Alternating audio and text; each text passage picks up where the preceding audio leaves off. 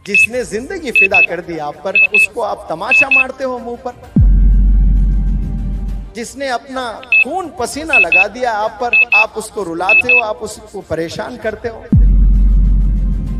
जब आप पैदा हुए थे बेपनाह खुश थे कि मेरे घर रहमत आई है, लड़की पैदा हुई है। इसका सिला 15 साल में नौजवान बच्ची दे रही है किसी के साथ भागकर।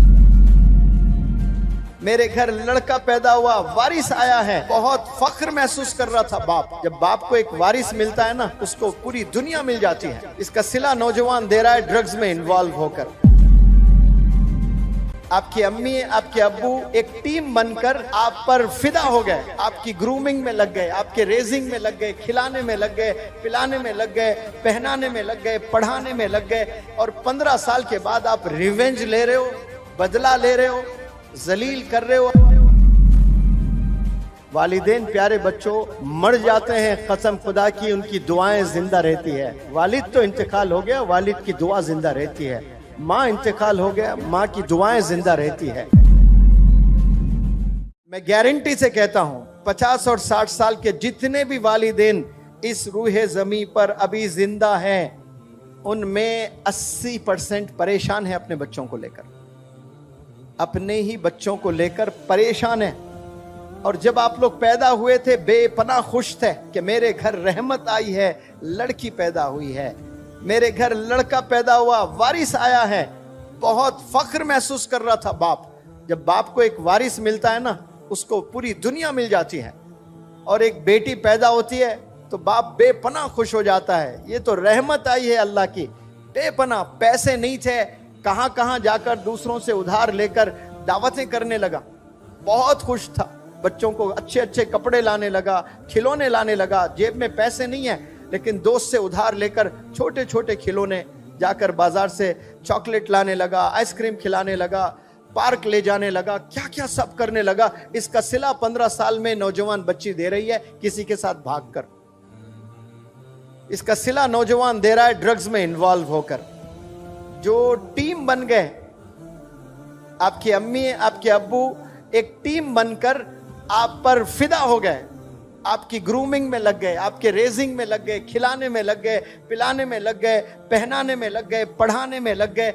सारे आपके लिए काम दोनों मिलकर एज ए टीम कर रहे हैं। और 15 साल के बाद आप रिवेंज ले रहे हो, बदला ले रहे हो, जलील कर रहे हो अपने वालिदैन को। सोचने की बात है, जिसने जिंदगी फिदा कर दी आप पर, उसको आप तमाशा मारते हो मुंह पर। जिसने अपना खून पसीना लगा दिया आप पर, आप उसको रुलाते हो, आप उसको परेशान करते हो।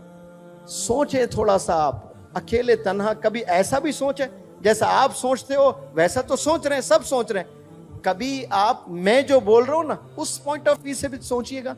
अरे हाँ भाई, सर जो बोल रहे हैं सही तो कह रहे हैं। दोनों मिलकर ये जिंदगी फिदा हो गए मेरे पर, मुझ पर अपने आप को खपा दिए। ये दोनों मेरे लिए ही जी रहे हैं लोग, इनका कोई और मकसद नहीं है, कोई एम नहीं है। बस इनका एम ये है कि मुझे पढ़ाएं, मुझे खिलाएं, मुझे पहनाएं, मुझे अच्छी जिंदगी दें।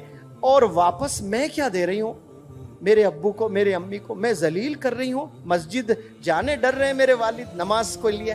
क्यों? मैंने ऐसी घिनौनी हरकत कर दी कि मस्जिद में जाकर नमाज पढ़ने बाप डर रहा है, शर्मिंदगी से चेहरा नहीं दिखा पा रहा है। थोड़ा सा इमेजिन करें, आपके वालिद है, मस्जिद में नहीं जा पा रहे, वहां जहां बचपन से नमाज पढ़ा करते थे। आज आपने ऐसी हरकत कर दी जो वालिद मोहल्ले में किसी के मुंह दिखाने लायक नहीं रहे। आपकी हरकतों से ड्रग्स में इन्वॉल्व, शर्म आ रही है बाप को। गलियां बदलकर दूसरे गलियों से जा रहा है। ये नौजवान ऐसे तोहफे दे रहे हैं अपने वालिदैन को। फख्र महसूस करना, प्राउड फील करना, डैड आपके माम प्राउड फील करना, मेरी बेटी, खुश होना वालिदा। वालिदैन प्यारे बच्चों मर जाते हैं, कसम खुदा की उनकी दुआएं जिंदा रहती है। जो दुआएं आप लोग को किए थे ना वो माजी में, कभी रातों में किए, कभी जुमे में किए, कभी रोजे की हालत में किए, कभी इफ्तार करते हुए आंख से आंसू बहाए आप लोग के मुस्तकबिल के लिए। वालिद तो इंतकाल हो गया, वालिद की दुआ जिंदा रहती है। माँ इंतकाल हो गया, माँ की दुआएं जिंदा रहती है। तो देखने के लिए वालिदैन जिंदा नहीं होते हैं, लेकिन वो दुआएं जिंदा रहती है और वो दुआएं आपको बुलंदियों पर ले जाती हैं। और आज उफ भी नहीं कहना है, आप उफ तो दूर, हाथ भी उठा रहे हैं, तेज आवाज में बात कर रहे हो, ऊंची आवाज में बात कर रहे हो, वालिदैन को रुला रहे हो आप लोग। ये रवैये को बदलिए, आप रिस्पेक्ट करना शुरू करें, फिर देखें इंशाअल्लाह अल्लाह कैसे आपको चमकाएगा। सब लोग को चमकने का शौक है, कामयाबी का शौक सबको है। फार्मूला आपके पास घर में है, कामयाब होने का फार्मूला आपके घर में है, दीन में भी दुनिया में भी। जन्नत में जाना चाहते हो तो बाप दरवाजा है, बाप को रुला कर दरवाजा लॉक पड़ा हुआ है, नहीं जा पाओगे आप। माँ के कदमों के नीचे जन्नत है, माँ को रुलाकर, माँ को सताकर जन्नत के ख्वाब ना देखा करें आप लोग। तो जो भी जन्नत में जाने के ख्वाब देख रहे हैं वो जन्नत आपके घर में है, घर के बाहर नहीं है। आप लोग बाहर तलाशते हैं, मैकडॉनल्ड्स में तलाशते हैं, रिजॉर्ट्स में तलाशते हैं, पार्क्स में तलाशते हैं आप लोग। कितने लोग हज पर जाते हैं, लाखों, 30-35 लाख। क्या सबके हज कबूल होते हैं? सबके नहीं कबूल होते हैं, कुछ लोग के हज कबूल होते हैं। अब्बा हुजूर आराम कर रहे हैं सिर्फ, और आप गए कमरे में देखकर खुश हुए, ये मेरे अब्बा। मकबूल हज का सवाब मिलेगा। कौन से हज का सवाब? मकबूल हज। एक तो हज का सवाब, एक मकबूल हज का सवाब। यानी गोया आपके हज को अल्लाह ने कबूल कर लिया, क्योंकि अल्लाह जानता है सबके पास पैसे नहीं है, सब हज पर नहीं जा सकते।